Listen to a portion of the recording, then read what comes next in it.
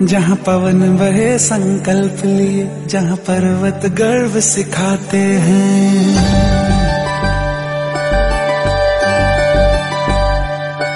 जहाँ पवन बहे संकल्प लिए, जहाँ पर्वत गर्व सिखाते हैं। जहाँ ऊंचे नीचे सब रास्ते भक्ति के सुर में गाते हैं।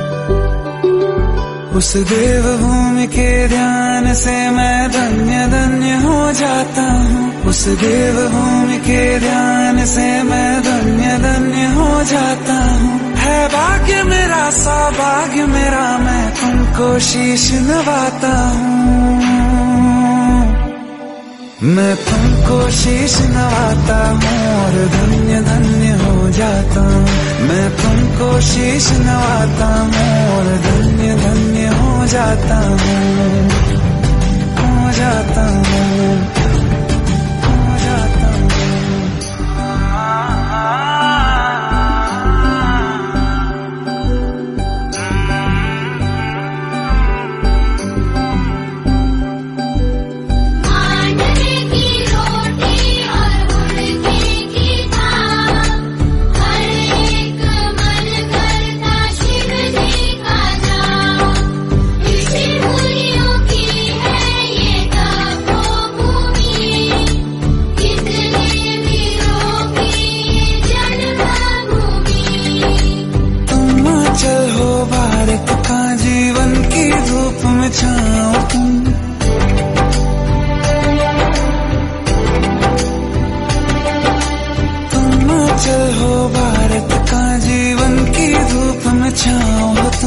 बस छूने से तर जाए सबसे पवित्र वो पाँव तुम। बस लिए समर्पण तन मन से मैं देवभूमि में आता हूँ। है भाग्य मेरा, सौभाग्य मेरा, मैं तुमको शीश नवाता हूँ। मैं तुमको शीश नवाता हूँ और धन्य धन्य हो जाता हूँ।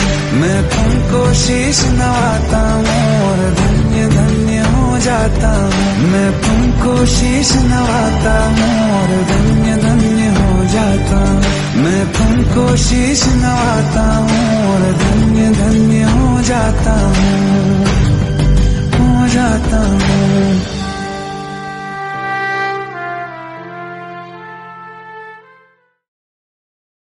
ओम शांति। जहाँ पवन बहे संकल्प लिए, जहाँ पर्वत गर्व सिखाते हैं, जहाँ ऊंच नीच सब रास्ते भक्ति के सुर में गाते, उस देव भूमि के ध्यान से मैं धन्य धन्य हो जाता। है भाग्य मेरा, सौभाग्य मेरा, मैं तुमको शीश नवाता हूँ। मैं तुमको शीश नवाता हूँ और धन्य धन्य हो जाता हूँ। मांडवे की रोटी, रागी और हुड़के की थाप, हर एक मन करता शिव जी का जाप। ऋषि मुनियों की ये तपोभूमि, इतने वीरों की ये जन्मभूमि। तुम आंचल हो भारत का, जीवन की धूप में छाओ तुम। बस छूने से तर जाए सबसे पवित्र वो पाव तुम। बस लिए समर्पण तन मन से मैं देवभूमि में आता हूँ। है भाग्य मेरा, सौभाग्य मेरा, मैं तुमको शीश नवाता हूँ। मैं तुमको शीश नवाता हूँ और धन्य धन्य हो जाता हूँ। जहाँ पवन भय संकल्प लिए, जहाँ पर्वत गर्व सिखाते, जहाँ ऊंच नीच सब रास्ते भक्ति के सुर में गाते हैं, उस देवभूमि के ध्यान से मैं धन्य धन्य हो जाता हूँ। भारत देवभूमि है।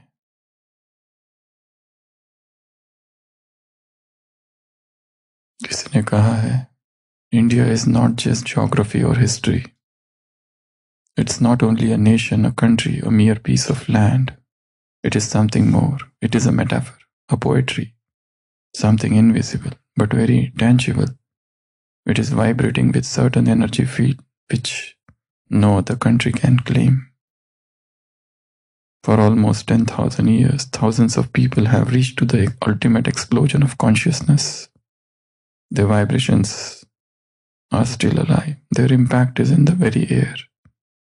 We just need a certain perceptivity, a certain capacity to receive the invisible that surrounds this strange land. Bharat केवल भूगोल या इतिहास नहीं है. यह केवल एक राष्ट्र, एक देश, एक जमीन का टुकड़ा मात्र नहीं है. यह कुछ और है. यह एक रूपक है, मेटाफर, एक कविता है, कुछ अदृश्य है, लेकिन बहुत कुछ मूर्त. यह कुछ निश्चित ऊर्जा क्षेत्रों के साथ कंपित हो रहा है, जिस पर अन्य कोई देश दावा नहीं कर सकता. चेतना का अंतिम विस्फोट, उसका कंपन अभी भी जीवित है, उसका प्रभाव अभी भी हवा में है. तो भारत की ये भूमि, बाबा कहते हैं, ये अविनाशी खंड है. मेरा बर्थ प्लेस है, मेरी जन्मभूमि है. सारा खेल विश्व का किस पर है? भारत पर. The rise and the fall of India. Bharat क्या था, क्या बना? इंसॉल्वेंट था, सॉल्वेंट बना. साहूकार था, कंगाल बना. ये देवभूमि है, अर्थात यहां देवताओं का निवास था. भारत क्यों दुर्भाग्यशाली बना? ये बहुत बड़ा प्रश्न है. किस बीमारी ने इसे जकड़ा? जब तक बीमारी का पता ना लगाया जाए, जब तक निदान ना हो, डायग्नोसिस ना हो, तब तक जो भी इलाज किया जाएगा, शायद वो इलाज बीमारी से अधिक घातक होगा. बीमारी कब आई, कहां आई, कैसे आई, इसको जानना बहुत आवश्यक है. बिना निदान के अगर कोई वैद्य किसी का इलाज करता है तो उसका इलाज उसे मार देगा.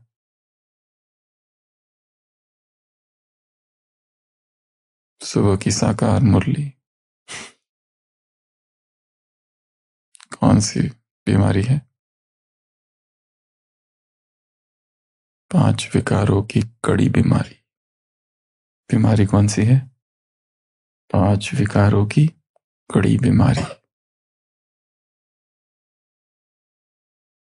डायग्नोसिस. ये क्रोध है, ये लोभ है, ये मोह है, ये अहंकार है, ये वासना है.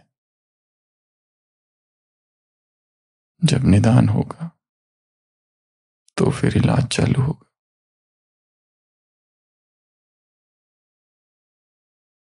और भारत कौन है? हम ही भारत है. भारत किसी केवल जगह का नाम नहीं. इट इज नॉट ज्योग्राफी और इवन हिस्ट्री. भारत माता कौन है? एक एक भारत माता है.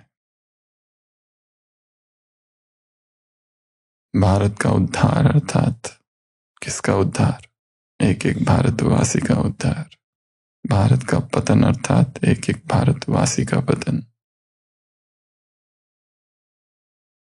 तो 26 जनवरी भाग्य है हम सबका कि हमने कहाँ जन्म लिया? भारत में. कई देशों में ऐसी मान्यता है, यदि स्वर्ग जाना है तो भारत में जन्म लेना पड़ेगा, उसके बाद में ही मुक्ति हो सकती है, तब तक मुक्ति नहीं है। जहां पवन बहे संकल्प लिए, ये वो भूमि है जहां पर संकल्प है।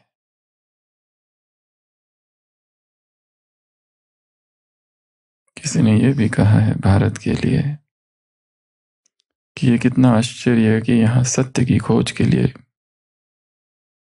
लोगों ने सब कुछ स्वाहा कर दिया। यहां कोई फिलॉसफी नहीं है। It is strange that because it has renounced everything for the single search, the search for the truth, it has not produced great philosophers. You will be surprised to know no Plato, no Aristotle, no Thomas Aquinas, no Kant, no Hegel, no Bradley, no Bertrand Russell. The whole history of India has not produced a single philosopher, and they have been searching for truth. Certainly their search was very different from the search that has been done in other countries. In other countries, people were thinking about truth. In India, people were not thinking about truth, because how can you think about truth? Either you know it or you don't know it. Thinking is impossible. Philosophy is impossible. It is absolutely an absurd and futile exercise. It is just like a blind man thinking about light. What can he think? He may be a great genius, maybe a great logician. It is not going to help. Neither logic is needed nor genius is needed. What is needed is eyes to see. Light can be seen but cannot be thought. Truth can be seen but cannot be thought, because if we don't have a parallel word hence we don't have a parallel word. India में philosophy के लिए कोई शब्द नहीं है। हम philosophy को क्या कहते हैं इंग्लिश में? दर्शन। The search for truth we call darshan, and darshan means seeing. Philosophy means thinking, and thinking is circular, about and about. It never reaches to the point of experiencing. ये कितना आश्चर्य है। भारत के अलावा बाकी सारे देश जो है तत्व ज्ञान है, वहां पर फिलॉसफीज है। भारत में षड दर्शन कहा जाता है। दर्शन कहा है शब्द। दर्शन अर्थात देखना। देखना अर्थात सत्य के बारे में सोचा कैसा जा सकता है, सत्य को देखा जाता है। ये है जो ऋषि मुनियों ने देखा अपनी ध्यानावस्था में। इसलिए भारत विश्व गुरु है।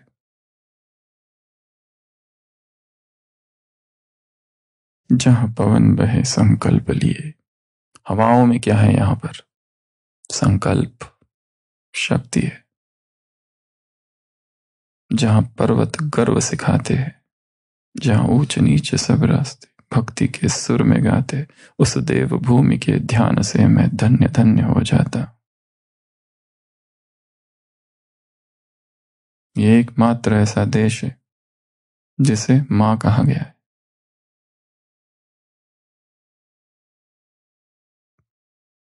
यह एकमात्र ऐसा देश है जहां पर यहाँ के वीरों ने अपने जीवन का बलिदान दिया और अखंड भारत की संकल्पना की। एकमात्र देश है, किसी दूसरे देश पर इसने कभी आक्रमण नहीं किया। और भारत के इतिहास को देखो, शुरुआत करो द्वापर से। अलेक्जेंडर, अलक्षेंद्र, एक एक करके आते गए। मोहम्मद गोरी, मोहम्मद गजनवी, हुन आए, मुगल आए, मोंगल आए, डच आए, कितने सारे आए, एक एक करते आए। पोर्तुगल आए, ईस्ट इंडिया कंपनी आई, सब आते रहे। ये भारत की विशेषता है।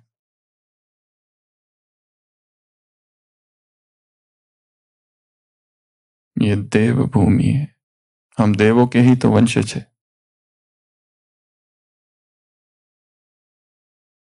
आंभी कुमार जो होता है वो सिकंदर के लिए द्वार खोल देता है। आंभी कुमार और चाणक्य का एक संवाद है। आंभी कुमार जो है वो सिकंदर का प्रशंसक है। वो कहता है चाणक्य से कि सिकंदर कोई साधारण व्यक्ति नहीं है, वो देवपुत्र है। इसलिए भारत को उसका स्वागत करना चाहिए, उसे आने देना चाहिए। चाणक्य कहता है वो तो उन यवनों ने केवल एक देवपुत्र को जन्म दिया है, परंतु भारत तो देवभूमि है। ये देवों की ही भूमि है, हम देवों के ही वंशज है।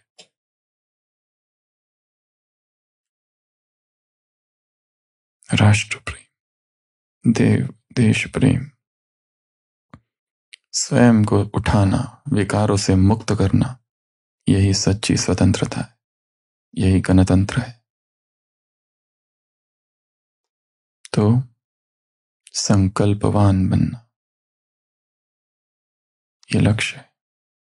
संकल्प लेना और उसे पूर्ण करना, यही वीर होने का प्रमाण है। टेस्टिमोनियल,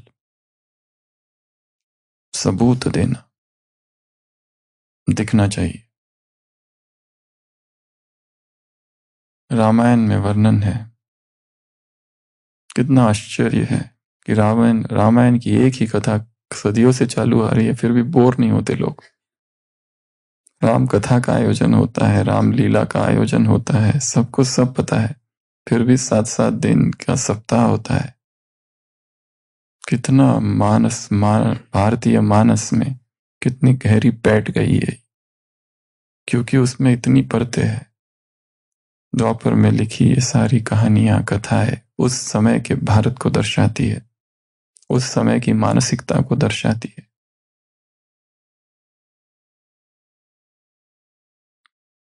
विदेश में ऐसी कोई कथा नहीं है जो दोहराई जाती है, पाठ किया जाता है यहाँ पर। विदेश में कोई पाठ होता है क्या?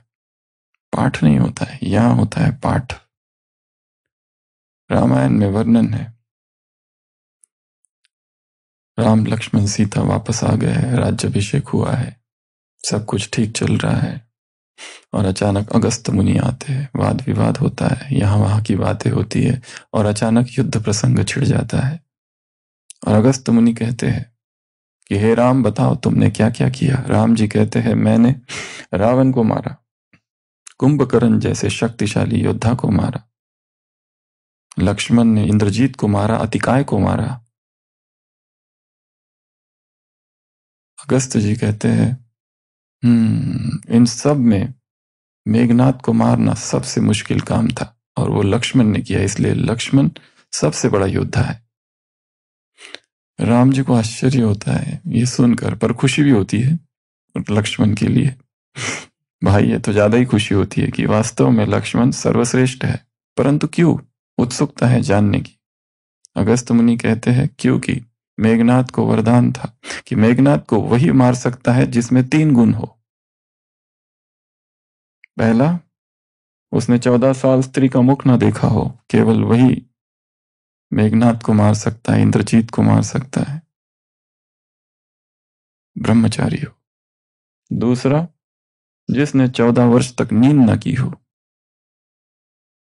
तीसरा, 14 वर्ष तक न खाना न पीना, लेवल 4 ब्रेथेरियन।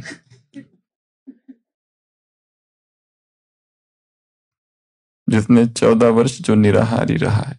ये 3 विशेषताएं जिसमें है, केवल वही इंद्रजीत का वध कर सकता है। राम जी को आश्चर्य होता है ये 3 विशेषताएं, हम तीनों साथ में ही रहे 14 वर्ष, बाजू में ही कुटिया थी, और फल तो मैं ही उसको देता था रोज, और वो सोता भी था, और सीता तो हमारे साथ ही थी, तो ये तीनों क्राइटेरिया वो कैसे फुलफिल करेगा? अगस्त्य मुनि कहते हैं कि लक्ष्मण जी बहादुर इसलिए भी क्योंकि इंद्रजीत को मारना इतना आसान नहीं था। इंद्रजीत ने तो इंद्र को बंदी बना लिया था, वो तो ब्रह्मा बीच में आ गया और कहा कि इंद्र को दान दे दो मुझे। ऑन ब्रह्मास रिक्वेस्ट इंद्र की मुक्ति हुई थी, इसलिए इसका नाम, मेघनाद का नाम इंद्रजीत पड़ा था। तो अगस्त्य मुनि कहते हैं क्यों ना हम लक्ष्मण से ही पूछ ले ये कैसे 3 क्राइटेरिया पूरे किए। तो लक्ष्मण जी कहते हैं हाँ ये सही है, हम रहे तो साथ में, परंतु सीता को मुख मैंने कभी देखा ही नहीं। आपको याद होगा जब ऋषि मुक्त पर्वत पर सुग्रीव वो गहने लेकर आए और मुझसे पूछने लगा कि ये गहने किसके हैं, तो मैंने माँ सीता के नुपुर के अलावा और कोई भी गहनों को नहीं पहचाना, क्योंकि मैंने उनका चेहरा देखा ही नहीं। First criteria. दूसरा, निद्राजीत, लक्ष्मण तुम तो बाजू में कुटिया में सोते थे। वो कहते हैं मैं सोता था ही नहीं कभी। 14 साल जब मैं पहरा देता था, सिक्योरिटी, क्योंकि निशाचर वो सब थे उधर, और मैंने निद्रा देवी को आदेश दिया, हे निद्रा देवी जाओ, 14 वर्ष तक मुझे तंग मत करना। 14 वर्ष के बाद जब राज्याभिषेक होगा शायद तब तुम आ सकती हो। और वो कहता है कि भैया आपको याद होगा कि जब आपका राज्याभिषेक हो रहा था और मैं पीछे खड़ा था, वो लेके, क्या कहते हैं उसको, छत्र लेके, तो वो मेरे हाथ से फिसल गया था क्योंकि नींद आ गई। क्योंकि 14 वर्ष तब पूरे हुए और तब मुझे नींद आई। वो 14 वर्ष मैं सोया ही नहीं, निद्रा जीत था। और तीसरा क्राइटेरिया, कहते आप मुझे फल देते तो थे और कहते थे लक्ष्मण इन्हें रख लो, आपने कभी खाने के लिए कहा ही नहीं। आपने कहा था लक्ष्मण ये लो फल, ये रख लो, तो मैं उन्हें रख आता था। खाने को आपने कहा ही नहीं, तो मैंने खाया ही नहीं। 14 वर्ष न खाना न पीना। राम जी कहते जाओ लक्ष्मण, कहाँ रखे है वो फल, लेके आओ। सारे फल लेके आते कुटिया से। फलों की गिनती होती है, फलों में 7 दिन के फल नहीं है, अर्थात लक्ष्मण तुमने 7 दिन तो भोजन किया है। लक्ष्मण जी कहते हैं नहीं, पहला दिन जब पिता की मृत्यु हुई तो कहां से भोजन करते, शोक मग्न थे हम दोनों, इसलिए भोजन नहीं किया। दूसरा दिन सीता का अपहरण जब हुआ, किडनैपिंग, तो कहां भोजन और कहां क्या, हमें भान थोड़ी था। उस दिन हमने भोजन नहीं किया, उस दिन। सेकंड, तीसरा, जब आप सागर से प्रार्थना कर रहे थे और ध्यान मग्न होकर बैठ गए थे 3 दिन तक, तो वो दिन भोजन नहीं किया था। चौथा, जब इंद्रजीत ने नागपाश में मार घायल कर दिया था तब भोजन नहीं किया था। अगला, जब मेघनाथ ने मायावी सीता का वध कर दिया था, दिखाया था कि सीता को मार दिया और हम दोनों शोकमग्न हो गए थे क्योंकि सीता चली गई, पर वो मायावी सीता थी, असली सीता नहीं। अगला, जब मेघनाथ ने शक्तिबान मारा था और लक्ष्मण नागपाश में इसमें घायल हो गया था, जब हनुमान जी संजीवनी बूटी लेके आए थे फिर उस दिन, और जब रावण का आपने वध किया था, इन 7 दिनों में हमें भोजन का भान कहाँ था। कैलोरी काउंटिंग, फूड कैलोरी, ये भारत है संकल्पवान, जहां एक एक वीर है, एक एक महावीर है। लक्ष्मण जी कहते हैं मैंने हम दोनों को भी दिखाया है, रामायण में मंत्र है, बला अति बला, बल अति बला, ये विद्या है जिसमें रामायण में वर्णन है इस विद्या का, और पूरा विस्तार से लिखा हुआ है क्या होता है इस विद्या में, जो कि विश्वामित्र ने दी थी श्री राम को। गृहान वत्स्य सलिलम मां ऋत कालस्य पर्ययः बलाम अतिबलाम तथा। ये वो विद्या है जिसमें व्यक्ति को न भूख लगती है, न प्यास लगती है, न थकान होती है, न बुखार आता है, न शत्रु उसे मार सकता है, न उसे नींद की आवश्यकता होती है, सतत जागृत रहता है। ऐसी विद्याओं का भारतीय संस्कृति में वर्णन है। ये सब रामायण के श्लोक है। ये विद्या मैं तुम्हें देता हूं, इसको देकर हे रघुवीर तुम्हें क्या प्राप्ति होगी। None can equal you in the whole world. कोई भी तुम्हारे समान नहीं हो सकता, कोई तुम्हें पराजित नहीं कर सकता। बलाम अति बलाम, ये बला अति बला विद्या है। इस विद्या का वर्णन एचआरएम ने भी किया है और हमने इसको देखा भी था सन गेजिंग के चैप्टर में, जिसमें व्यक्ति ये सब मानवीय कमजोरियों से परे निकल जाता है। भूख, प्यास, निद्रा, ये उसे तंग नहीं करते, निरंतर शक्तिशाली रहता है, कभी थकान नहीं होती, कभी बुढ़ापा नहीं होता है उसको। इसका वर्णन रामायण में, इसका वर्णन जैन फिलॉसफी में, बुद्धिज्म में, हर धर्म में है। ये इतनी पुरानी विद्या है क्योंकि भूख, प्यास, निद्रा, थकान, बुढ़ापा, बीमारियां, ये व्यक्ति को उसकी कार्य क्षमता से च्युत कर देती है। इसलिए इसे जानना आवश्यकता है। तो ये वो भारत है, वो तब का भारत और अब का भारत। संकल्पवान तो अब भी है, और इसी भारत में भगवान आते। वो चाहता तो स्विट्जरलैंड में भी आ सकता था, वो चाहता तो होनोलुलु में भी आ सकता था, वो चाहता तो जकार्ता में भी आ सकता था, और युगांडा में भी आ सकता था, पर उसने भारत को चुना। कुछ तो होगा इस भूमि में। 1918 एक स्कूल में एक बच्चा 12 साल का पढ़ रहा है। अचानक उसे आवाजें सुनाई देती है बाहर, वंदे मातरम, भारत माता की जय। वो शिक्षक से अनुमति लेता है, कहता है मुझे बाहर जाना है। वो जाके देखता है तो एक सन्यासी वस्त्र धारण किए हुए एक युवक, उसके पीछे कुछ भारतीय नारे लगाते हुए जा रहे, और अचानक अंग्रेजी अफसर वहां आते हैं और आक्रमण करते हैं, उन पर डंडों से मारते हैं उनको। इस बालक को इतना क्रोध आता है कि पत्थर लेता है और उस पत्थर को उस अफसर को जोर से मारता है और भाग जाता है। वो उसे ढूंढते हैं, नहीं मिलता है। दूसरे दिन वो सारे अफसर इधर आते हैं स्कूल में, उस बच्चे को पकड़ के ले जाते हैं। यही था वो। उसे लेके जाते हैं, उसको पूछते हैं तुम्हारा नाम क्या है? वो कहते हैं आजाद। अर्थात स्वतंत्रता। उसको पूछते तुम्हारे बाप का नाम क्या है? वो कहते हैं स्वाधीनता। तो तुम्हारा घर कहाँ है? वो कहते हैं जेल ही मेरा परमानेंट घर है। उसकी ऐसी उदंडता देखकर उसे पनिशमेंट दी जाती है 12, वो लेदर का, चमड़े का एक होता है ना कोड़ा, उससे मारने की। वो कहता है बस 12, ये तो बहुत कम है। 12 साल का है वो केवल।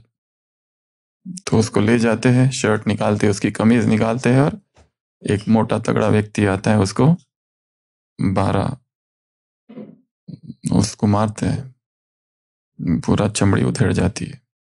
और फिर उसको दया के उसको 12 आने देते हैं, कहते हैं इसे ड्रेसिंग कर लेना। वो कहते हैं मुझे नहीं चाहिए तुम्हारे, क्वीन विक्टोरिया को दे देना। कौन था ये? चंद्रशेखर आजाद। तो ये वो देवभूमि है जहां पर ऐसे ऐसे वीर जन्म लिए। एक एक 100-100 किलोमीटर पर अगर हम जाए भारत में, तो वहां एक ऐसे व्यक्ति का वर्णन मिलेगा कि ये वहां होके गया है, और ये कितना महान है, हमें तो पता ही नहीं उसके बारे में। कहीं पर भी चले जाओ, हर 100-100 किलोमीटर में देखेंगे एक संत है, एक महात्मा कभी होके गया, कोई साधु पुरुष, कोई चमत्कारी बाबा, कोई देशभक्त, कोई स्वतंत्र सेनानी, कोई स्वतंत्र वीर, कोई समाज सेवक, कोई ना कोई कहाँ ना कहाँ। इतने तो और कहीं नहीं होंगे। ये संतों की भूमि है, ये लीडर्स की भूमि है, ऐसा कहीं नहीं होगा। तो हम सबका भाग्य है कि हमारा जन्म इस भूमि में हुआ और भगवान इस भूमि में आए। तो आज भारत की महिमा के विषय में थोड़ा लिखना, हर एक भारत की क्या क्या महिमा है, मुरलियों में आई हुई भारत की महिमा, इस पर पॉइंट्स लिखने आज। एक तो बता दिया भारत अविनाशी खंड है। इस तरह से भारत के विषय में मुरलियों में क्या क्या आया है, आज की मुरली में भी है भारत के विषय में। तो ये है आज का होमवर्क सबके लिए। प्रश्नोत्तर। एक तो भारत की महिमा ये लिखना, और दूसरा भारत के दुर्भाग्य क्या कारण, भारत का पतन क्यों हुआ, यह भी लिखना। क्यों हुआ भारत का पतन, ऐसे किस कारण, भारत के पतन का। क्यों पतन, क्यों गिरा, क्यों? वाम मार्ग में चले गए देवता, इसलिए गिरा। और आपसी फूट, और स्वार्थ, विकार, और स्त्रियों को नरक का द्वार कहने के कारण, और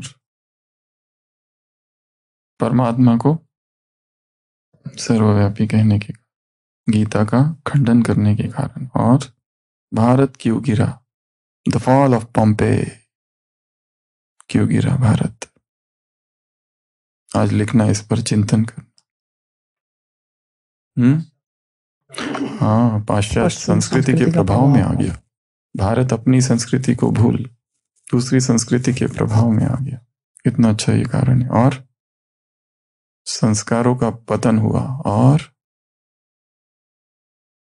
भारत में चाणक्य कहता है ना, जब भी किसी शिशु का जन्म होता है तो केवल मां के गर्भ से नहीं, एक संस्कृति के गर्भ से भी होता है। और विदेशी आक्रांताओं ने क्या किया? इसी संस्कृति को नष्ट करने की कोशिश की। मैकुलाय अपने स्पीच में कहता है ना, 1885 का स्पीच है, ब्रिटिश पार्लियामेंट में। मैकुलाय, अभी जो सिस्टम चल रही है, पहले गुरुकुल था भारत में, अभी जो स्कूल की जो सिस्टम है स्टडी की, वो मैकुलाय सिस्टम है एजुकेशन की। मैकुलाय कहता है, I have travelled to the length and breadth of this country. कब कह रहा है? 1885 लगभग शायद, कि मैं इस देश में सब जगह घूमा। I have not found a single beggar. इस देश में मुझे एक भी भिखारी नहीं मिला। ये ब्रिटिश पार्लियामेंट में कह रहा है 1885। उस समय वो कहता है, मुझे एक भी, अगर हमें इस देश को तोड़ना है, गुलाम बनाना है, तो इसकी संस्कृति पर वार करना पड़ेगा। क्योंकि जब एक देश की संस्कृति पर वार हो जाता है, विधर्मी सत्ताएं संस्कृति पर आक्रमण करती है, तो वो देश गुलाम हो जाता है। और जो आक्रांता है, जो विदेशी है, जो उस पर आक्रमण करते, उनकी संस्कृति को तुरंत धारण कर लेता है, अपनी संस्कृति को भूलकर। यही एक कारण, ये भी एक कारण है भारत। और कब भारत क्यों पतन हुआ? भारत के इतिहास जैसा दिखाया गया वैसा है नहीं। हो तोड़ मरोड़ दिया, उसके साथ छेड़छाड़ की गई। क्योंकि इतिहास लिखने वाले कौन थे? विदेशी यात्री भारत आते थे, उन्होंने इतिहास लिखा है बहुत सारा, और उसके आधार पर फिर हमने ये जाना है, अच्छा ऐसा है, ऐसा है, ऐसा है। इसलिए भारत का इतिहास क्या है किसी को पता नहीं। भावा कहते हैं ना, हिस्ट्री ज्योग्राफी सुनाने आया हूं मैं, किसी को पता नहीं इतिहास क्या है। और नालंदा, तक्षशिला, ये सब लाइब्रेरीज जो थी, सारी किताबें थी, 6-6 मास तक जलती रही, तो पता ही नहीं चला क्या था। ये भी एक कारण है। कितने कारण बन सकते हैं भारत के पतन का? स्वार्थी राजा है, और लोभ के कारण, लोभ वृत्ति बढ़ी, और इसी का फायदा लिया विदेशियों ने। और आपसी फूट, लोभ, और काम विकार, विलासिता, ये भी भारत के पतन का एक कारण रहा। और सत्ता का लोभ, दूसरों को दबाने की कोशिश की आप, और दुश्मनों से ट्रेटर बने। भारत में ही ट्रेटर बने, कितने सारे लोग भारत के ही खिलाफ हो गए। और आधुनिकता और अंधानुकरण किया। तो ये सारे कारण, और भी बहुत सारे निकल सकते हैं आज। और कुछ सारी कुप्रथाएं, रूढ़िवादिताएं, अंधविश्वास, सुपरस्टिशंस, ये सारी चीजें, और टू मच भक्ति में ये सब सेरेमोनियल्स, कर्मकांड, इसमें ही ज्यादा फंस गए। जातिवाद, कर्मकांड, सती प्रथा, क्या क्या शुभाशुभ, ये क्या क्या कहाँ फंस गए। इसकी वजह से भारत बिछड़ गया। और अलग अलग दृष्टिकोण से इसे देखा जा सकता है, सोचा जा सकता है, समझा जा सकता है। तो आज इस पर थोड़े पॉइंट्स लिखने हर एक। स्टार्ट। प्रश्न उत्तर। हमें जब ज्ञान मिला तो पता चला भारत में भगवान आए हैं, तो ज्ञान से ज्यादा खुशी तो हमको उसकी हुई। जब महात्मा गांधी विदेश गए लंदन में, तब उसके मित्रों ने उनको, वहाँ के मित्रों ने यहाँ की फिलोसॉफी के बारे में बताया। वो कहते हैं आई फेल्ट अशेम्ड, मुझे ये लगा कि शर्म आई कि मैं जिस देश में रहता हूँ मुझे वहाँ का कुछ पता नहीं, ये लोग मुझे भगवत गीता क्या है बता रहे। वहां पे अध्ययन किया फिर उन्होंने। आज की प्रश्नोत्तर की श्रृंखला में क्वेश्चन है, ओम शांति भाई जी, मैं एक कुमारी हूँ, 15 साल से ज्ञान में हूँ, कंप्लीट रॉ फूड पर हूँ, थी कुछ हेल्थ प्रॉब्लम ठीक हो गया पर वेट लॉस हो गया, B12 कम है, क्या डाइट लेना है, please suggest me. Injections, B12 के इंजेक्शंस आते हैं, वो चालू करते हैं क्योंकि B12 के जो सोर्सेस है वो नॉनवेज फूड है, पहली बात। दूसरा, मेडिकल के ये जितने ब्लड टेस्ट है, इफ यू बिलीव, यहाँ पर अभी थोड़ी सूक्ष्म बात है, अगर आपका विश्वास है तो फिर ये कम है तो फिर उसको ट्रीट करो। ऐसे कई लोग हैं जो कहते हैं हमें इन सब की आवश्यकता नहीं, हम एकदम स्वस्थ है, उन्हें फिर आवश्यकता भी नहीं, परंतु वो एक अलग कैटेगरी के लोग हैं, एकदम हायर वाले, वो ये सब में बिलीव नहीं करते। पर हाँ, जहाँ तक डिफिशियंसीज की बात है और ये सब है, इनिशियल स्टेजेस में ये सब चीज़ें करनी चाहिए, और इसमें थोड़ा सा मदद ली तो कोई हर्ज नहीं है, ले सकते हैं, बजाय इसके कि इतनी सारी 10 चीज़ें अलग अलग खाओ, उससे तो बेटर है कि इंजेक्शन ले लो। क्योंकि इंजेक्शन का एडिक्शन नहीं है, इंजेक्शन आज लिया मुझे और चाहिए, ऐसा नहीं होता है इसलिए सब कुछ देखते हुए, सारे पहलुओं को का अवलोकन करते हुए ये निष्कर्ष है कि ले लो। बाकी इस पर डिस्कशन बहुत सारा हो सकता है, पॉजिटिव नेगेटिव दोनों साइड्स, बट स्टिल अभी दूसरा प्रश्न उनका है वेट लॉस, तो उसके बारे में तो हमने कहा है, जब भी रॉ पर जाओगे, फ्रूट्स पर जाओगे, वेट लॉस होगा, शुरुआत में होगा। पर हाँ, अगर जिन्हें कोई परवाह नहीं है संसार की, हमें इतना ही ठीक है, तो फिर उनके लिए कोई प्रॉब्लम नहीं है, उसी के साथ चलो। पर हाँ, दुनिया वाले जीना मुश्किल कर देते, पागल कर देते हैं, तो दूसरों को प्रॉब्लम आती है, हमें कोई प्रॉब्लम नहीं आती।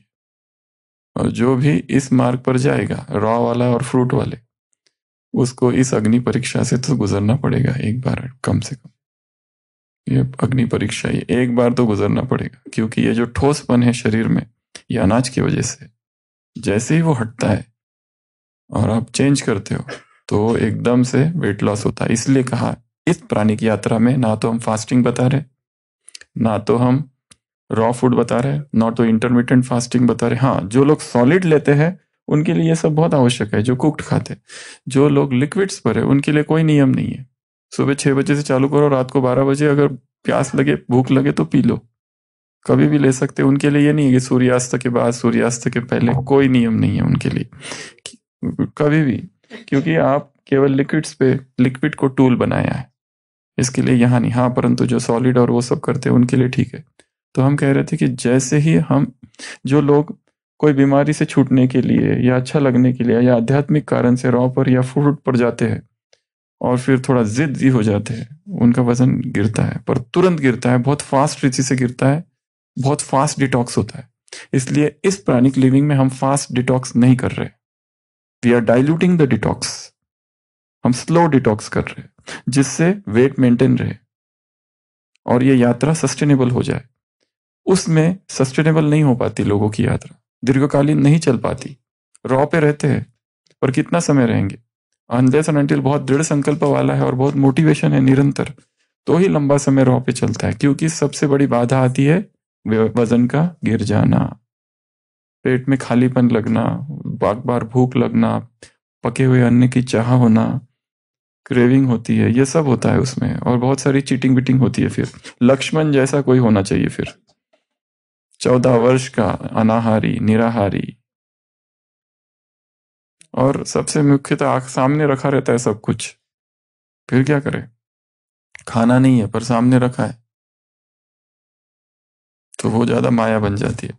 इसलिए रॉ से आई एडवाइज कि एकदम 100% रॉ वीगन पर नहीं, थोड़ा सा नीचे उतरो, और इसे हाँ थोड़ा सा, एक दिन ऐसा करो, एक दिन रॉ लो, एक दिन कुक लो, और कुक्ड का भी हमारी यात्रा फूड फ्रीडम की यात्रा है। फूड को छोड़ने की यात्रा नहीं है, खाना पीना छोड़ने की यात्रा नहीं है। लिक्विड्स पे जाने के बाद में वापस सॉलिड पर आना है। लिक्विड पे जाना तो एक परीक्षा है, एक तैयारी है। परीक्षा तो वास्तव में सॉलिड की है, लिक्विड फूड, और फिर सॉलिड पे जाके आराम से बाहर निकल के आ जाना। इसे कहते हैं फ्रीडम। जो रॉ वाले होते हैं वो बिल्कुल स्पर्श नहीं करते कुक्ड को, घृणा होती है उनको। फ्रूट वाले पे, फ्रूट पे, जूसेस पे जो चला जाता है वो एक अलग ही होता है व्यक्ति, उसको नीचे आना ही नहीं है। वो कहता है इतनी हाई स्टेज से नीचे क्यों है, पर वो डर है एक भी, वो भी एक डर है। हमें वो अवस्था में पहुंचना है। फूड सॉलिड ले लिया और कोई क्रेविंग नहीं, निकल के बाहर आ गए। लिक्विड ले लिया बाहर आ गए। इसको कहते हैं फ्रीडम। ये एक अलग ही अवस्था। इस अवस्था का वर्णन किसी भी नेचर क्यूर की किताब में नहीं है, किसी भी नेचुरोपैथी में कहीं नहीं है। इतने हजारों सालों से भारत में ये सब चल रहा है, पर ये जो ज्ञान है अभी उभर कर बाहर आया है, इसलिए ये नव ज्ञान है, नया ज्ञान है प्राणिक लिविंग का। ये भी अनअटैच्ड लक्ष्य है, डिटैचमेंट। खाना पीना छोड़ना ये लक्ष्य नहीं है, तो कोई भी कर सकता है, पर खा के तुरंत बाहर निकल जाना ये है लक्ष्य। इसलिए रॉ फूड पे है तो पहले वजन गेन करो। उसके लिए 2-3 दिन से बता रहे क्या क्या करो। कई सारी चीजें हैं जो वजन बढ़ाने के लिए की जा सकती है, और खाने के अलावा भी ऐसा नहीं कि खाने पीने से ही वजन बढ़ता है। एक्सरसाइज चाहिए, उससे वजन बढ़ता है। अच्छी एक्सरसाइज चाहिए। आप खुद ही प्लान करो। You develop your own recipes. आप अपने डिजाइनर खुद बनो। Be your own designer. खुद डिजाइन करो अपनी प्राणिक लिविंग को। रचनात्मक दर्जी। रचनात्मक दर्जी। रचनात्मक दर्जी, आर्टिस्टिक टेलर। तो खुद टेलर मेड करो अपनी जर्नी को, कैसे करना है, कैसे आगे बढ़ना है। अपनी परिस्थिति देखकर, अपने कार्यों को देखकर, अपने जॉब को देखकर, उम्र को देखकर, अपने पैसों को देखकर। ऐसे नहीं कि हमने बोला एवोकाडो ही चाहिए, ऑलिव ऑयल ही खाना है, दूसरा कुछ नहीं लेना। कहां से लाएगा बेचारा? रोज बादाम, पिस्ता, काजू कहां से लाएगा? और उसका भी मिल्क, नट मिल्क कितने महंगे होते हैं। नट मिल्क सारे, soya milk, oat milk, barley milk, rice milk, बहुत महंगे होते हैं ये सारे। Coconut milk. तो जहां रहते हो, रीजनल, सीजनल, ओरिजिनल, नेचुरल, वहां का देखो, परिस्थितियों को स्टडी करो, उस अनुसार से अपने डाइट को प्लान करना है।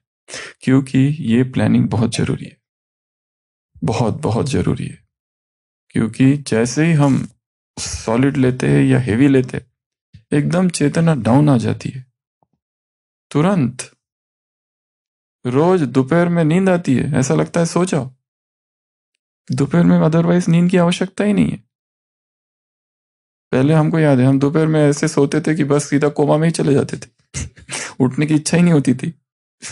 1 घंटा 2 घंटा ऐसे बीत जाते थे कि ऐसा लगता है था अरे उठो ही नहीं। रादर देन नींद, अभी मेडिटेशन में बैठ जाते हैं, बस नो स्लीप, मेडिटेशन में बैठ जाओ बस। उसमें नींद आई तो भी चलेगा, पर सोते नहीं, लेटने का नहीं। योग निद्रा जो भी है, अधिष्ठान में बैठ जाते हैं बस। अलार्म लगा के 2 बजे अलार्म लगाओ, 3:15 3:30 तक उठना ही नहीं बिल्कुल। ना हाथ हिलेगा, ना पैर हिलेगा, ना आंखें बंद। उसी में नींद पूरी हो जाती है। ऐसा लगता है 4 घंटे की नींद हो गई। पर हाँ, अगर वही अनाज अगर ले लिया, अगर सॉलिड फूड ले लिया, तो फिर सीधा कोमा।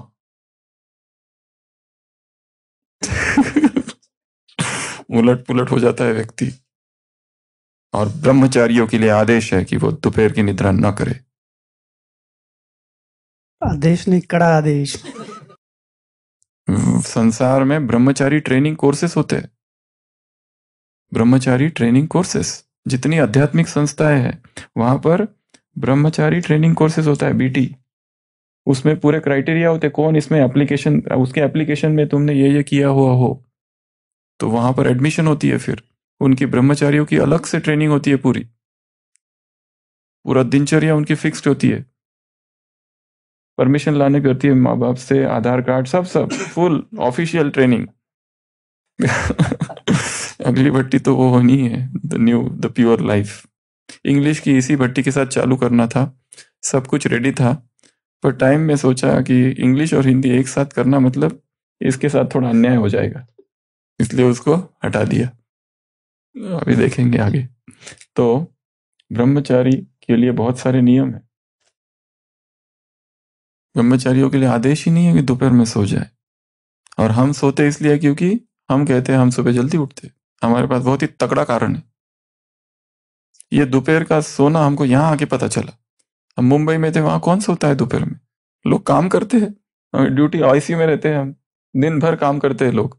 यहाँ आके पता चला अरे ये क्या है यहाँ दोपहर में सब निद्रा लोक में चले जाते सोना भी होता है, एकदम स्ट्रेंज लगा, ये क्या है? तो फिर पता चला नहीं नहीं, वो दोपहर में ये लोग जल्दी उठते हैं ना, इसलिए सोते हैं। अमृत वेला जल्दी, अरे पर सोने का उठने से नहीं है संबंध, संबंध है खाने से। सॉलिड फूड निद्रा लोक में भेजता है, लिक्विड जागरण लाता है। सॉलिड फूड गिराता है, लिक्विड उठाता है। ज्ञान योग धारणा सेवा, लिक्विड में रहो ज्ञान बढ़ता है, सॉलिड पे जाओ ज्ञान कम होता है। योग लिक्विड पे जाओ बढ़ जाता है, सॉलिड पे जाओ योग कम हो जाता है। धारणाएं अपने आप धारणाएं बढ़ जाती है लिक्विड पर, सॉलिड पर धारणाएं कम हो जाती है। सेवा एकदम जोश आवेश, कोई थकान ही नहीं। थकाता कौन है? सॉलिड फूड थकाता है, लिक्विड फूड उड़ाता है। सॉलिड फूड से भारत का पतन हुआ है। सॉलिड फूड से ही तो भारत का पतन हुआ है। भारत का पतन सॉलिड फूड से नहीं, ईटिंग से हुआ है। खाना, दो ही कारण है देवताओं के पतन का। सबसे पहला कारण देहभान और दूसरा कारण भोजन। उसने पतन कर दिया, देहभान में लाया। इसलिए अभी प्रोसेस को उल्टा करना है, तो धीरे धीरे पहुंचना है वहीं तक, उसी देव पथ को पाना है। तो उसकी पहली स्टेप है लिक्विड्स। धीरे धीरे सॉलिड को लिक्विड में कन्वर्ट करते जाओ।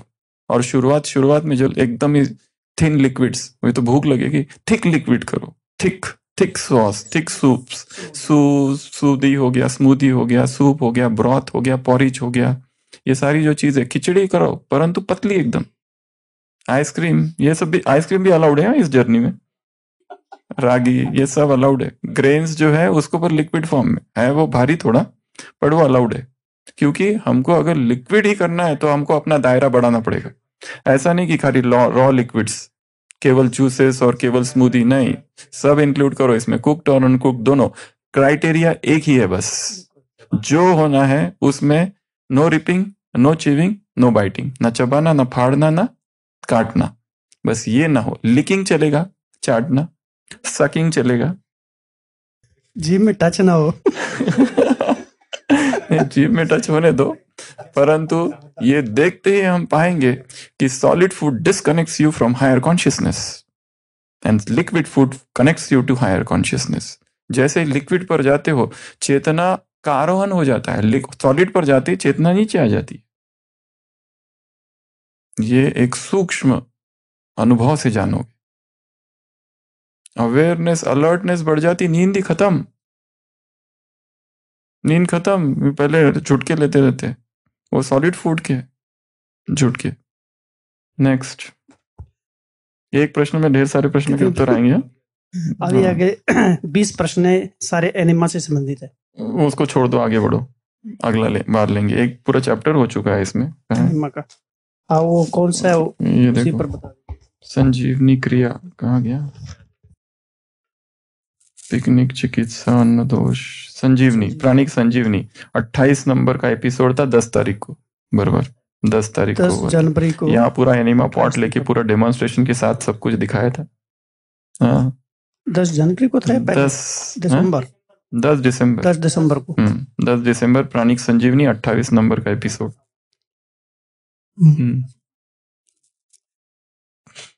नेक्स्ट क्वेश्चन है, इस प्राणिक यात्रा में अब तक तो सब ठीक चल रहा है, कोई तकलीफ नहीं, लेकिन जैसे कि भाई जी ने कहा कि इस यात्रा में देह से संबंधित सभी बातों से मानसिक और बौद्धिक रूप से डिटॉक्स होगा, और जो छिपे हुए रोग के अंश हैं वो बाहर आएंगे।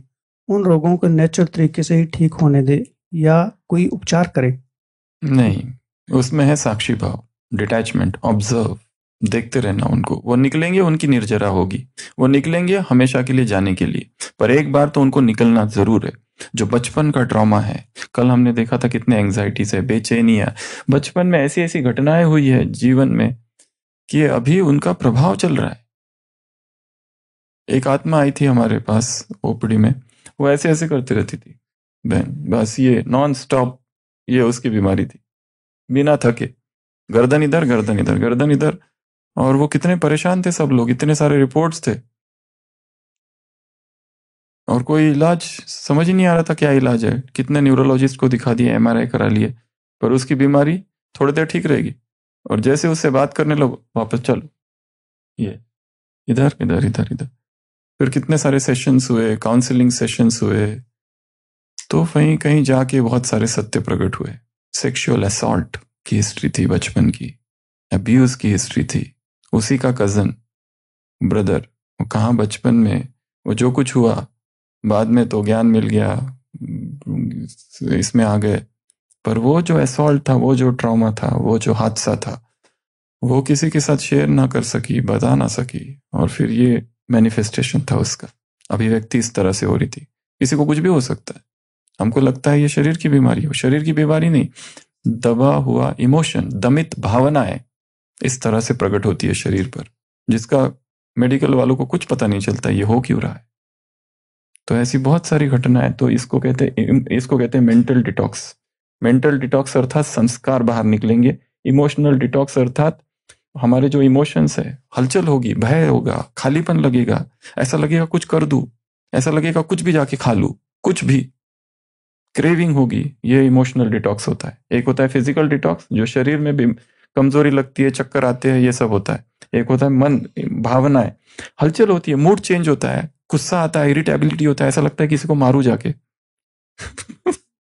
ये सब पीरियड में ये सब होता है। किसी को रोने की इच्छा होती है, कुछ कुछ होता है, सब होगा।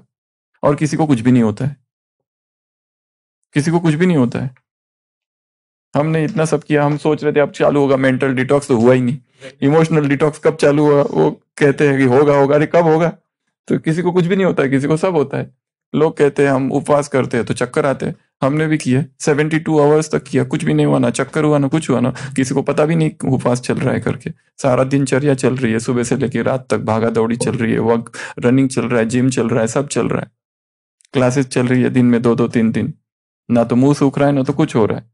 और लोग कहते हैं अरे 12 घंटे हो गए, मुंह सूख रहा है, उपवास किया ना आज। किसी को सब होगा, किसी को कुछ नहीं होगा, ये सब है। तो हाँ, तो ये भी है, कितना समय से कौन अभ्यास कर रहा है, किसने अपने मन को कैसा। सारी ट्रेनिंग शरीर की है ही नहीं, मन की है। आपने अगर मान लिया मुझे चक्कर आएंगे तो आएंगे जरूर आपको अगर विश्वास है कि मुझे ये सूट नहीं होता है तो नहीं सूट होगा, और एकदम करेंगे। इसलिए स्लो स्लो करना है, बहुत धीरे धीरे धीरे जाके देखो। रोज 8 बजे खाते हो, अब 8:15 15 मिनट आगे कर दो, 15 मिनट्स आगे जाओ। देन ये बॉडी जो है ना ट्रेन होती है, उसको कोई भी आदत डालो वो डलती है। उसको भूखा रखने की आदत डालो, रहेगी। उसको 1-1 घंटे में खिलाओ तो बराबर जैसे 1 घंटा पूरा होगा उसको चाहिए कुछ खाने को। हाँ, वो हैबिट है, ईटिंग इज अ हैबिट। तो ये भी वैसा ही है। तो ये सब होगा, जब निकले तो साक्षी होकर देखना, और ज्यादा तकलीफ हो तो सो जाओ, लेट जाओ, या कुछ पढ़ो, म्यूजिक सुनो, कुछ किताबें पढ़ो, कहानियां पढ़ो, कोई क्लासेस सुनो, मन को डाइवर्ट करो, बिजी करो, बस पिकनिक पे चले जाओ, प्राणिक पिकनिक, लंबी एक्सकर्शन पर चले जाओ, लॉन्ग फॉरेस्ट वॉक, 1 घंटा 2 घंटा 3 घंटा करेंगे आज तो जा रहे हैं ना, तो शायद हम लोग आज नहीं जा रहे। अच्छा, तो इस प्रश्न का उत्तर निकला साक्षी अवस्था। साक्षी अवस्था से पकड़ना नहीं है, ये संवेदना है, उनको देखना है। मन से विकार उत्पन्न निकल रहे हैं बाहर, उनको देखो और सोचो ये चला जाएगा, अनित्य है, चला जाएगा। भय उत्पन्न हो रहा है, चला जाएगा। Wait and watch. Next, sleep management is a challenge, how it can be resolved. Sleep management का संबंध सीधा फूड से है।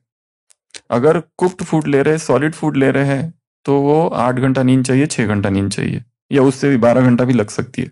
स्लीप डिपेंड करता है उम्र क्या है, काम कितना करते हो, और मन कैसा है।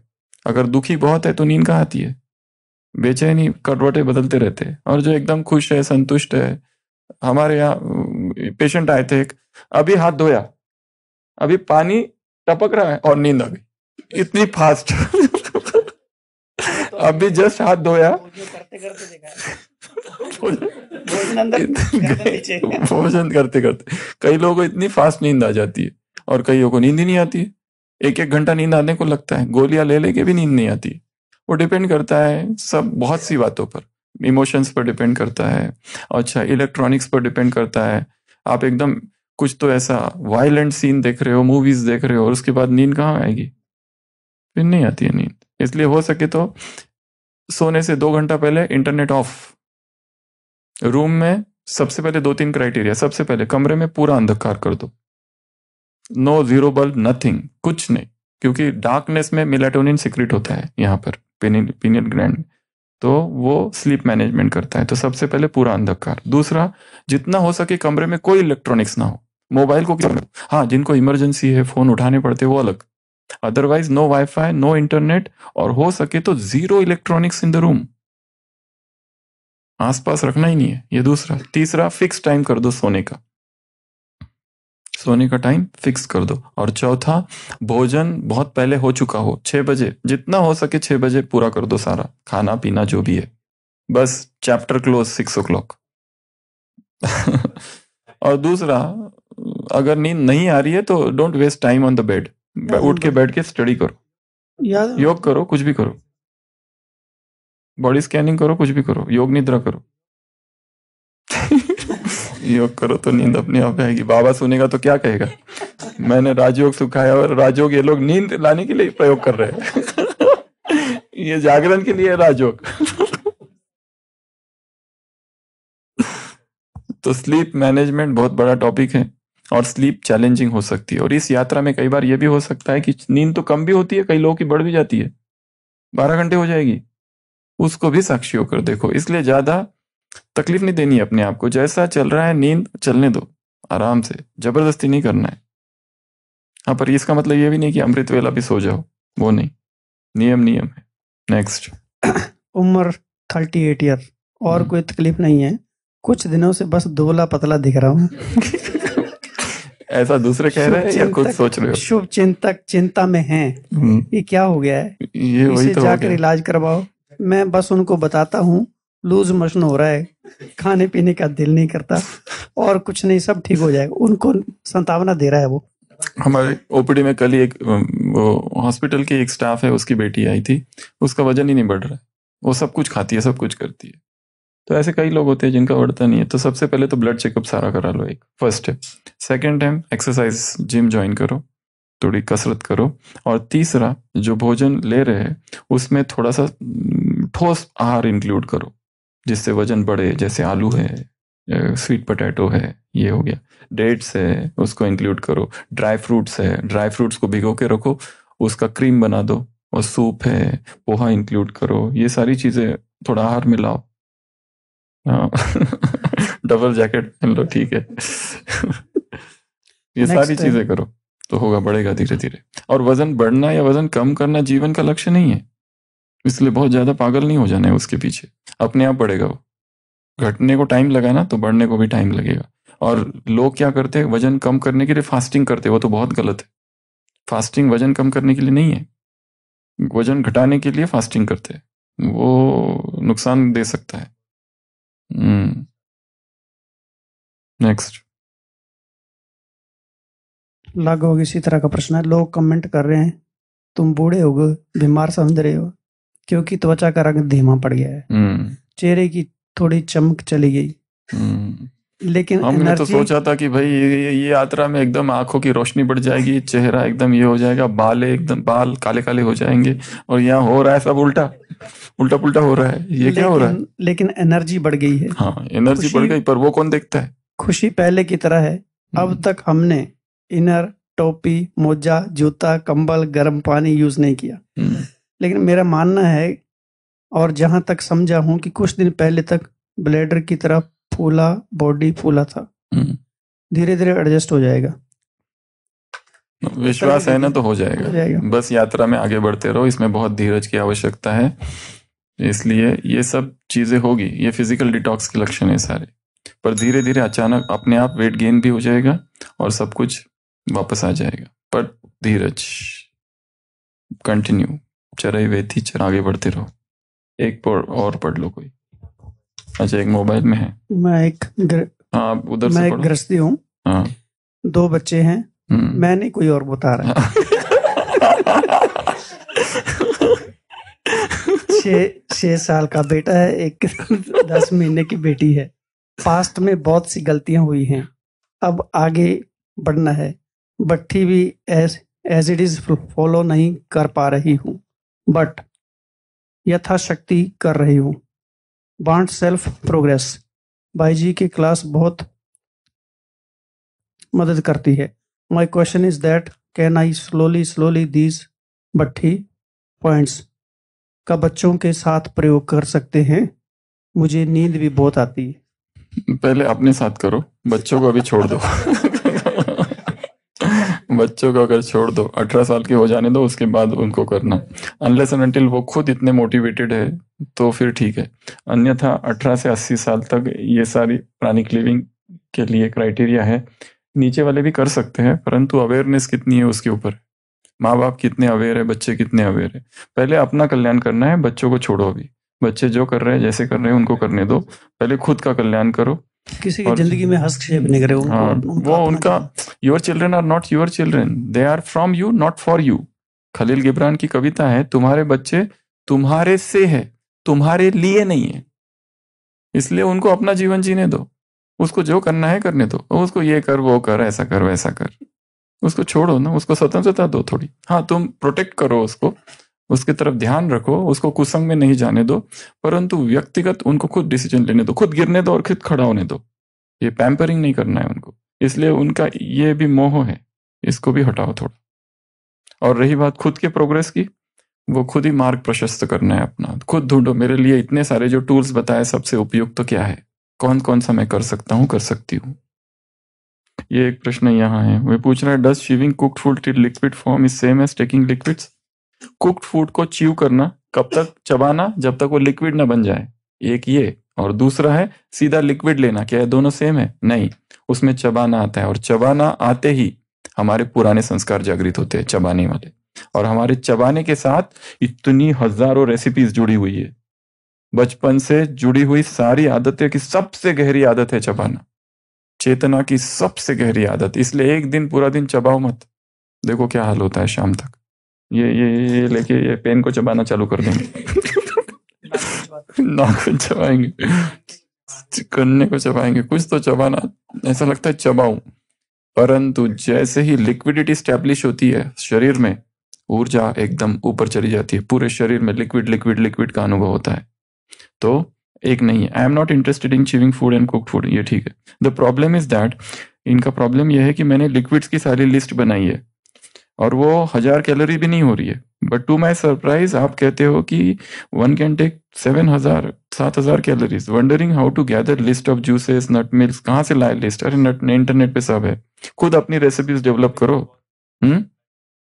नट मिल्क में कितनी कैलोरीज है? क्या कुछ नहीं है। माई करंट इंटेक, इनका करंट इंटेक 1200 कैलोरीज है। I am not able to create a list. ढूंढो, मिल जाएगा, सारी लिस्ट है। लिस्ट, खाना बढ़ाने के तो कोई चिंता ही मत करो। खाना कम होने की चिंता होती है, इनको बड़ा कैसे बढ़ाओ उसकी चिंता है। इधर तो हजारों चीजें हैं, आलू खाओ, शकरकंदी खाओ, सो मेनी कुछ भी है, ग्रेट्स खाओ, नट मिल्क लो, सूप बनाओ, उसके ऊपर वो डालो, थिक कर दो सारा। हाँ। बहुत सारी चीजें, कैलोरीज तो बढ़ाना बहुत ही आसान है। घी, 100 ग्राम घी जो होता है ना, उसमें 900 कैलोरीज है 100 ग्राम घी में। यहाँ लोग डिब्बा पीने वाले भी आते हैं, बोलते हैं हम तो इतना पीते फिर भी वजन नहीं बढ़ता है।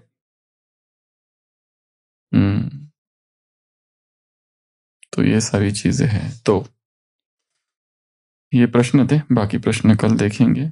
तो जहां पवन बहे संकल्प लिए, जहां पर्वत गर्व सिखाते हैं, जहां ऊंच नीच सब रास्ते भक्ति के सुर में गाते, उस देव भूमि के ध्यान में मैं धन्य धन्य हो जाता हूँ। ये वो देव भूमि है। हम संकल्पवान बनना है, शक्तिशाली बनना है, चंद्रशेखर आजाद बनना है, लक्ष्मण बनना है, हनुमान बनना है। ऐसी शक्तिशाली हमारी संकल्प हो। ओम शांति।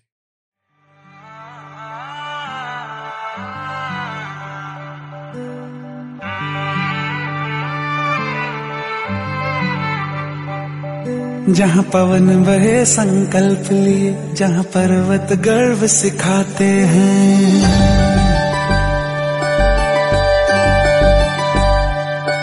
जहाँ पवन बहे संकल्प लिए, जहाँ पर्वत गर्व सिखाते हैं, जहाँ ऊंचे नीचे सब रास्ते भक्ति के सुर में गाते हैं।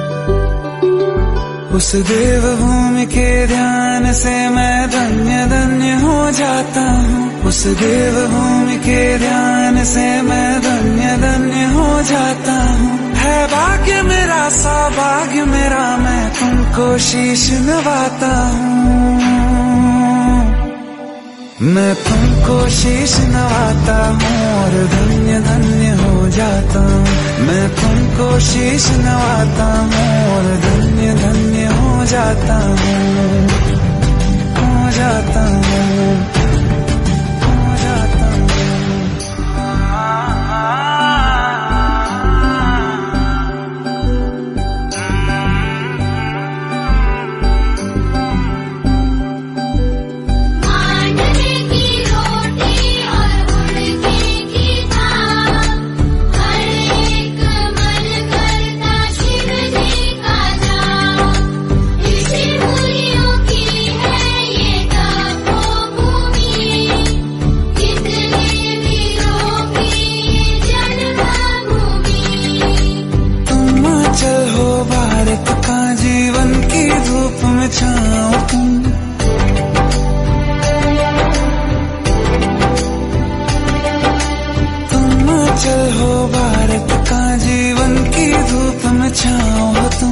बस छूने से तर जाए सबसे पवित्र वो पाँव तुम। बस लिए समर्पण तन मन से मैं देव भूमि में आता हूँ। है भाग्य मेरा सौभाग्य मेरा, मैं तुमको शीश नवाता हूँ।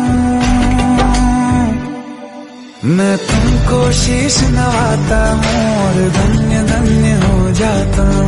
मैं तुमको शीश नवाता हूँ और धन्य धन्य हो जाता हूँ। मैं तुमको शीश नवाता हूँ और धन्य धन्य हो जाता हूँ। मैं तुमको शीश नवाता हूँ और धन्य धन्य हो जाता हूँ। हो जाता हूँ।